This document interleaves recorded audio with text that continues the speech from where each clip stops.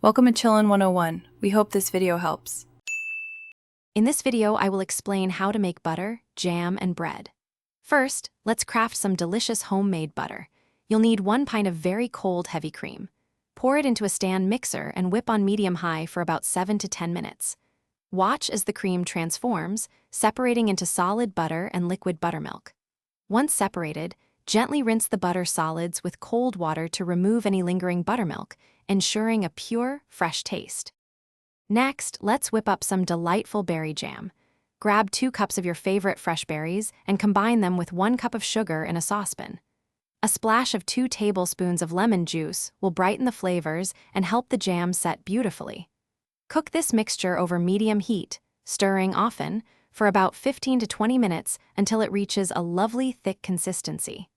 Let it cool completely before storing. Now for the perfect canvas, your bread.